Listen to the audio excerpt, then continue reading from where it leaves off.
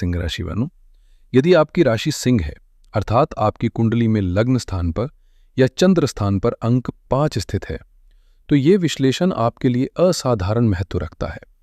हम वर्ष 2026 के प्रथम त्रैमासिक अर्थात जनवरी, फरवरी और मार्च की विस्तार पूर्वक चर्चा करने जा रहे हैं। आज हम दिसंबर 2025 के अंतिम चरण में खड़े हैं, एक नए वर्ष की दहलीज पर।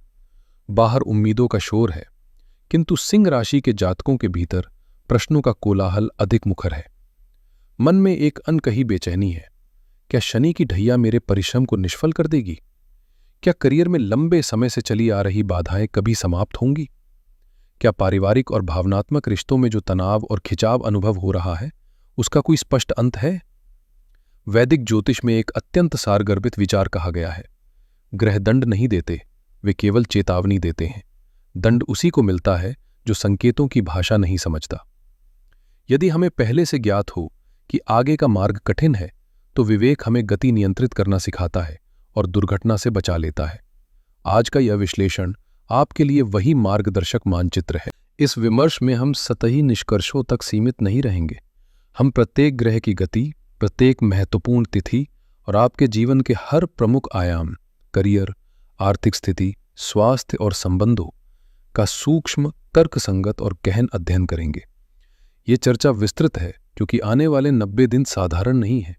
ये वो कालखंड है जिसमें सिंह राशि के जातकों को ग्रहों की अग्नि परीक्षा से गुजरना होगा, ताकि अंततः वे अधिक सशक्त, अधिक परिपक्व और अधिक स्पष्ट दृष्टि के साथ आगे बढ़ सकें। सबसे पहले, इससे पहले कि मैं आपको जनवरी या फरवरी की घटनाओं के बारे में बताऊं, हमें यह समझना होगा कि अभी स्टेज कैसा सजा हुआ है। आपकी कुंडली के वो कौन से बड़े पिलर्स हैं जो हिलने वाले नहीं हैं और जिनका असर पूरे 3 महीने रहेगा। पहला और सबसे भारी पिलर है शनिदेव। आपको यह नहीं भूलना चाहिए कि मार्च 2025 से आप शनि की ढैया के प्रभाव में आ चुके हैं। शनिदेव इस वक्त मीन राशि में गोचर कर रहे हैं, जो आपकी कुंडली का 8वां घर है। दोस्तों, ज्योतिष में 8वां घर बहुत रहस्यमयी होता है। यह पाताल है, यह अचानक होने वाली घटनाओं का घर है, यह लंबी बीमारियों का घर है, लेकिन यह वसीयत और गड़े हुए धन का भी घर है। जब शनि जैसा कर्मफलदाता ग्रह 8वें घर में बैठता है, तो वो आपसे सिर्फ एक चीज मांगता है, ईमानदारी और मेहनत। इस पूरे क्वार्टर में अगर आपने शॉर्टकट लेने की कोशिश की, अगर आपने किसी के साथ धोखा करने की कोशिश की, तो शनि देव तुरंत दंड देंगे।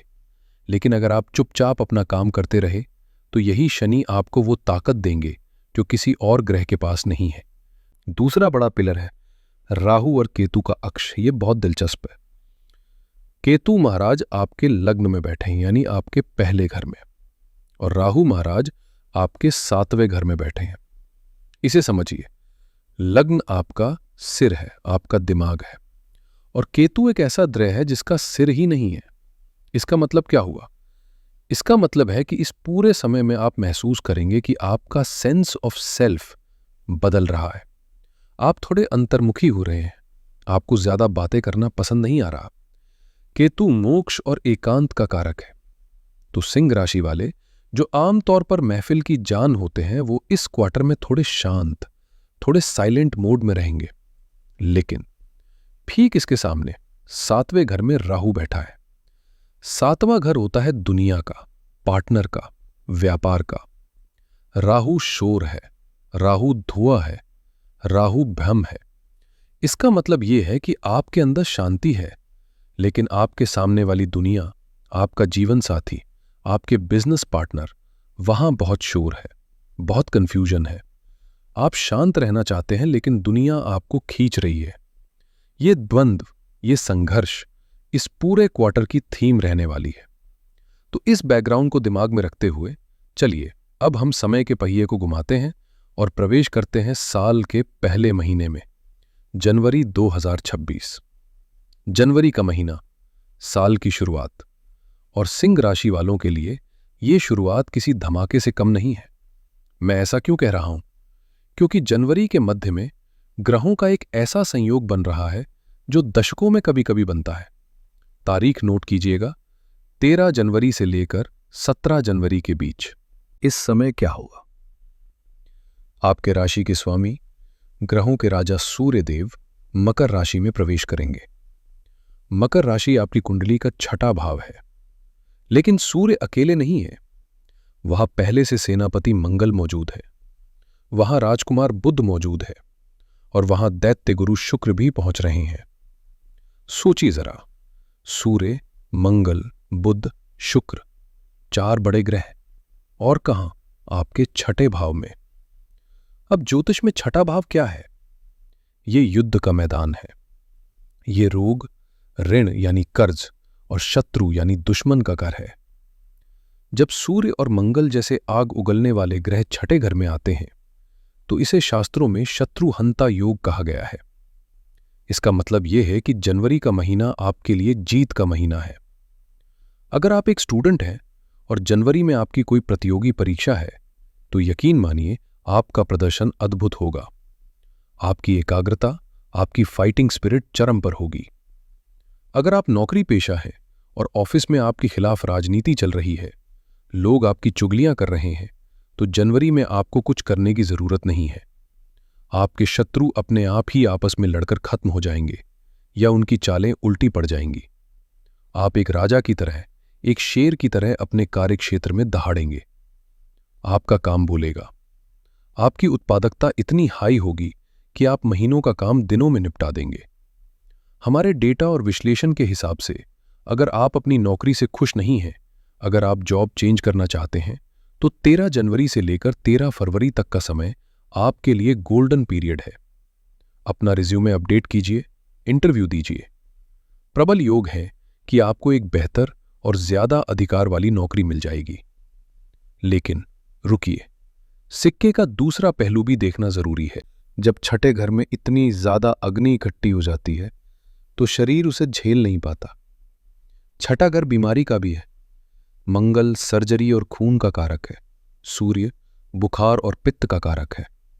जनवरी के महीने में आपको अपनी सेहत को लेकर बहुत सतर्क रहना होगा।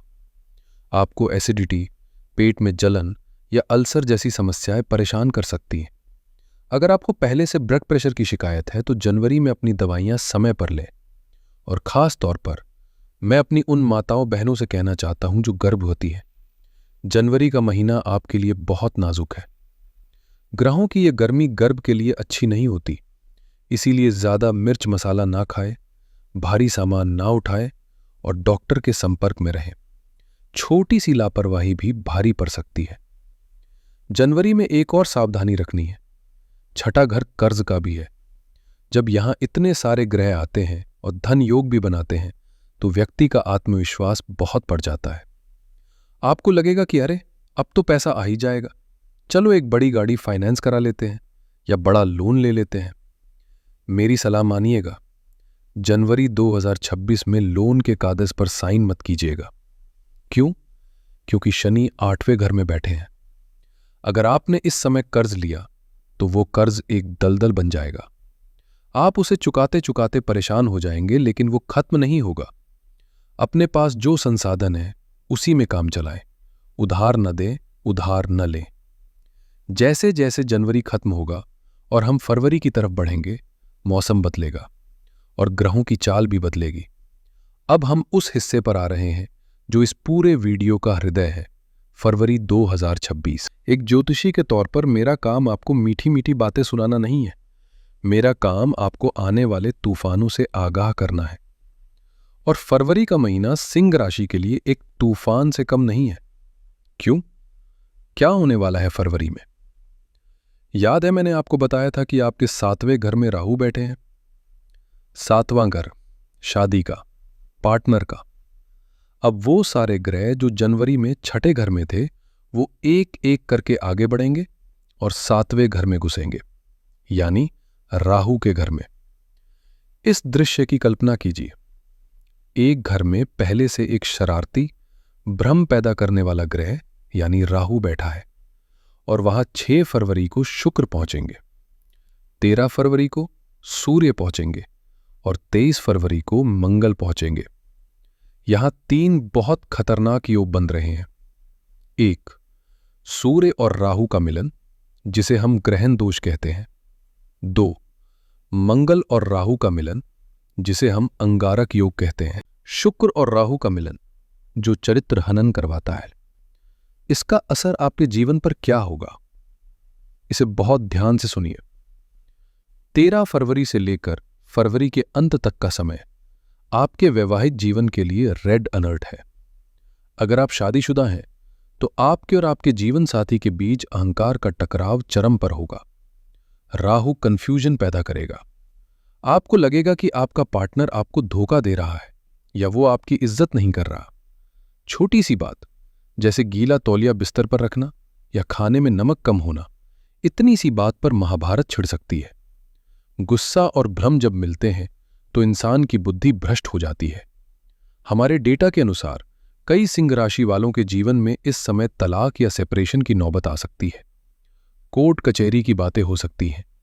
मेरी आपको हाथ जोड़कर सलाह है, फरवरी के महीने में अपने घर में मौन व्रत धारण कर लें। आपके लग्न में केतु है, वो आपको इशारा कर रहे हैं कि चुप रहने में ही भलाई है। अगर आपके पार्टनर गुस्सा करे तो आप पलटकर जवाब न दें। अगर आपने जवाब दिया तो वो आग जंगल की आग बन जाएगी जिसे बुझाना नामुमकिन होगा।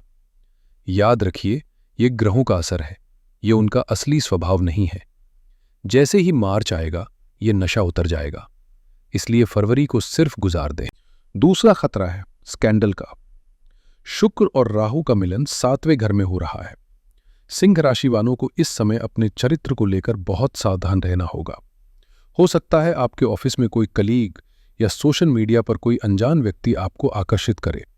आप एक कमजोर पल में बहक सकते हैं, सावधान रहिएगा, ये एक चाल है। फरवरी में शुरू हुआ कोई भी एक्स्ट्रा मैरिटल अफेयर आपकी सामाजिक प्रतिष्ठा को धूल में मिला देगा। आपकी बदनामी होने के प्रबल योग हैं। कोई तीसरा व्यक्ति आपकी छवि खराब करने की ताक में बैठा है, इसलिए अपनी मर्यादा में रहें। और अगर आप बिजनेस करते हैं तो 26 फरवरी को एक और घटना होगी। बुध देव, जो बुद्धि के कारक है, वो उसी 7वें घर में वक्री हो जाएंगे। इसका मतलब क्या है? इसका मतलब है निर्णय लेने में गड़बड़ी। अगर आप फरवरी के आखिरी हफ्ते में कोई पार्टनरशिप डीड साइन करते हैं, कोई बड़ा एग्रीमेंट करते हैं, तो आप गलती करेंगे। आप वो शर्तें नहीं पढ़ेंगे जो बारीक अक्षरों में लिखी हैं और बाद में आपको पछताना पड़ेगा। इसलिए 20 फरवरी से लेकर 15 मार्च तक कोई भी बड़ा कागजी काम, कोई भी बड़ा सिग्नेचर न करें। अब मैं यहां थोड़ा रुकना चाहूंगा और बात करना चाहूंगा हमारी उन माताओं, बहनों और गृहिणियों से जो घर की धुरी हैं।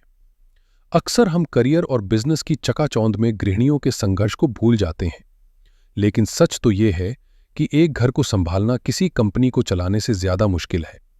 मेरी सिंह राशि की माताओं और बहनों, आपके लिए ये 3 महीने जनवरी, फरवरी और मार्च कैसे रहेंगे? देखिए, सबसे पहली बात, शनिदेव आपके 8वें घर में बैठे। ज्योतिष में 8वां घर ससुराल का घर माना जाता है। जनवरी और फरवरी के महीने में आप महसूस करेंगी कि ससुराल पक्ष से, चाहे वो आपकी सास हो, ननद हो या जेठानी हो, वहां से एक अजीब सा तनाव आ रहा है। आप पूरे मन से सबकी सेवा करेंगी, अच्छा खाना बनाएंगी, घर को चमकाएंगी, लेकिन आपको वो तारीफ या वो प्यार नहीं मिलेगा जिसकी आप हकदार हैं। उल्टे पुरानी गड़े मुर्दे उखाड़े जा सकते हैं, कोई पुराना ताना आपको मारा जा सकते हैं। मेरी आपको सलाह है, इस वक्त शनि देव आपकी सहन शक्ति की परीक्षा ले रहे हैं। अगर आपने पलटकर जवाब दिया तो घर का माहौल बिगड़ जाएगा। इसे अपना कर्म समझकर या ग्रहों का खेल समझकर इग्नोर कर दे। मौन सबसे बड़ा हथियार है। दूसरी सबसे बड़ी सावधानी आपको फरवरी में रखनी है। जब आपके 7वें घर में, जो पति का घर है, राहु, सूर्य और मंगल का अंगारक योग बनेगा, तो इसका सीधा असर आपके पति के स्वभाव पर पड़ेगा। आप देखेंगी कि फरवरी के महीने में आपके पति बहुत ज्यादा चिड़चिड़े हो गए हैं। शायद उनके ऑफिस में प्रेशर है या बिजनेस में लॉस है, लेकिन वो सारा गुस्सा घर आकर आप पर या बच्चों पर निकालेंगे। वो छोटी छोटी बातों पर चिल्ला सकते हैं। आपको ये समझना होगा कि ये वो नहीं कर रहे, ये राहु उनसे करवा रहा है। उनकी बुद्धि इस वक्त हाईजैक हो चुकी है। उस वक्त एक गृहिणी के तौर पर आपको घर का कूलिंग सिस्टम बनना होगा। अगर वो आग है तो आपको पानी बनना होगा। अगर आपने भी उस वक्त अपना सिंह राशि वाला ईगो दिखा दिया तो बात बहुत बिगड़ सकती है। थोड़ा धैर्य रखें। मार्च आते आते वो खुद अपनी गलती मानेंगे और सब सामान्य हो जाए। सेहत और घर के कामों की बात करें तो जनवरी का महीना आपके लिए अच्छा है। छठे घर के ग्रह आपको बहुत ऊर्जा देंगे। अगर आप घर में रेनोवेशन कराना चाहती हैं, दिवाली वाली सफाई करना चाहती हैं तो जनवरी में करें। लेकिन भारी सोफा या अलमारी खिसकाते वक्त ध्यान रखें, आठवें घर का शनि कमर दर्द या पैरों में दर्द दे सकता है। एक छोटा सा टोटका, घर में शांति बनाए रखने के लिए जब भी आप आटा गूंथें उसमें चुटकी भर हल्दी मिला दें और पहली रोटी गाय के लिए निकालें। इससे गुरु ग्रह मजबूत होंगे और घर में क्लेश नहीं होगा। चलिए अब वापस मुख्य धारा पर आते हैं।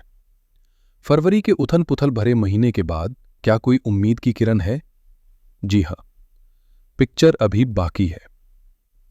मार्च 2026, ये महीना एक क्लाइमैक्स की तरह है।